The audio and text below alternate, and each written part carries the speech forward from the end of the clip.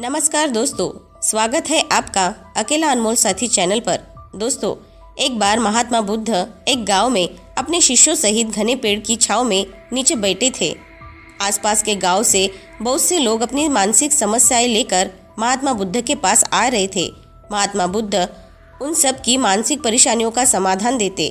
सब लोग खुशी खुशी अपनी समस्याओं का समाधान पाकर वहां से लौट रहे थे।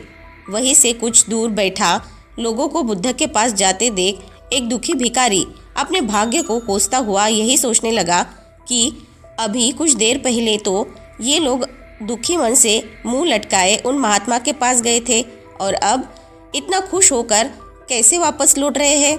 आखिर माजरा क्या है? ज़रा मैं भी तो जाकर देखूं कि वो महात्मा ऐसा कौन सा खजाना बांट रहा है इन लोगों को। वे इतने प्रसन्न हुए कि उनके चेहरे लाल हो गए। जब वो दुखी भिखारी कुछ नज़दीक गया तो उसने देखा कि ये महात्मा तो लोगों को प्रवचन देकर लोगों के दुख का निवारण कर रहे हैं।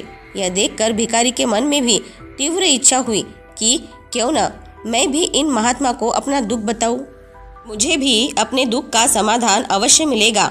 बस फिर क्या था, समाधान पाने की लालसा लिए भिखारी महात्मा बुद्ध के सामने पहुंचा और हाथ जोड़कर प्रणाम करते हुए बोला, हे महात्मा बुद्ध, मैं भी लोगों की मदद करना चाहता हूँ। मुझे लोगों की मदद करने की बहुत इच्छा है, लेकिन मैं कैसे मदद कर सकता हूँ? मैं बहुत गरीब हूँ। मेरे पास न तो पैसे हैं और ना ही कोई ऐसी चीज़ जिससे कि मैं किसी की मदद कर सकूँ। मैं कोशिश करने पर भी किसी की मदद नहीं कर सकता। मुझे भगवान ने इतना गरीब क्यों बनाया? हे महात्मा, मुझ पर कुछ कृपा करो। इतना बोलते हुए भिखारी रोने लगा। महात्मा बुद्ध बोले, आप बहुत अज्ञानी हैं, क्योंकि आप अभी तक इस भ्रम में जी रहे हो कि तुम्हारे पास कुछ नहीं, जबकि दूसरों को कुछ देने के लिए तुम्हारे पास बहुत कुछ है। तुम बिना धन और वस्तु के भी दूसरों की मदद कर सकते हो। तुम्हारे पास जुबान है जिससे तुम मीठे शब्द बोलकर किसी के दुखी चेहरे पर मुस्कान ला सकते हो। इन्हीं शब्दों की ताकत से तुम किसी के भी टूटे हौसले को फिर से मजबूत कर सकते हो। इन शब्दों की ताकत से आप किसी के भी मन में सकारात्मक विचारधारा के बीज बो सकते हैं और उसे गलत रास्ते पर जाने से रोक सकते हैं। तुम्हारे दो हाथों से किसी भी कमजोर या लाचार व्यक्ति की सहायता कर सकते हो। आपके दो आंखें किसी अंधे को रास्ता दिखा सकते हैं। तुम किसी के लिए दुआ कर सकते हो। यह हो सकता है कि उनके बुरे काम फिर से हो जाए। आप किसी के अच्छे स्वास्थ्य की कामना कर सकते हो, लेकिन अज्ञानतावश तुम अब तक इस बात को समझ नहीं पाए और इस भ्रम में अब तक जीते रहे हो कि तुम्हारे पास मदद करने के लिए कुछ नहीं। किसी की मदद करने के लिए धन और वस्तु का होना अनिवार्य नहीं है। बिना धन और वस्तु के भी हम कई प्रकार से लोगों की मदद कर सकते हैं। महात्मा बुद्ध के ज्ञान से भरे ये सुंदर शब्द सुनकर भिखारी के चेहरे पर मुस्कान आ गई और वो खुशी से झूमता हुआ वहाँ से चला गया।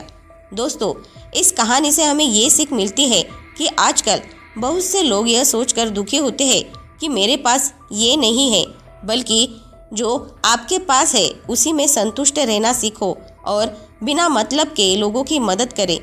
इसी में आपको परम सुख की प्राप्ति होगी और वो ही असल ज़िंदगी में सुखी है।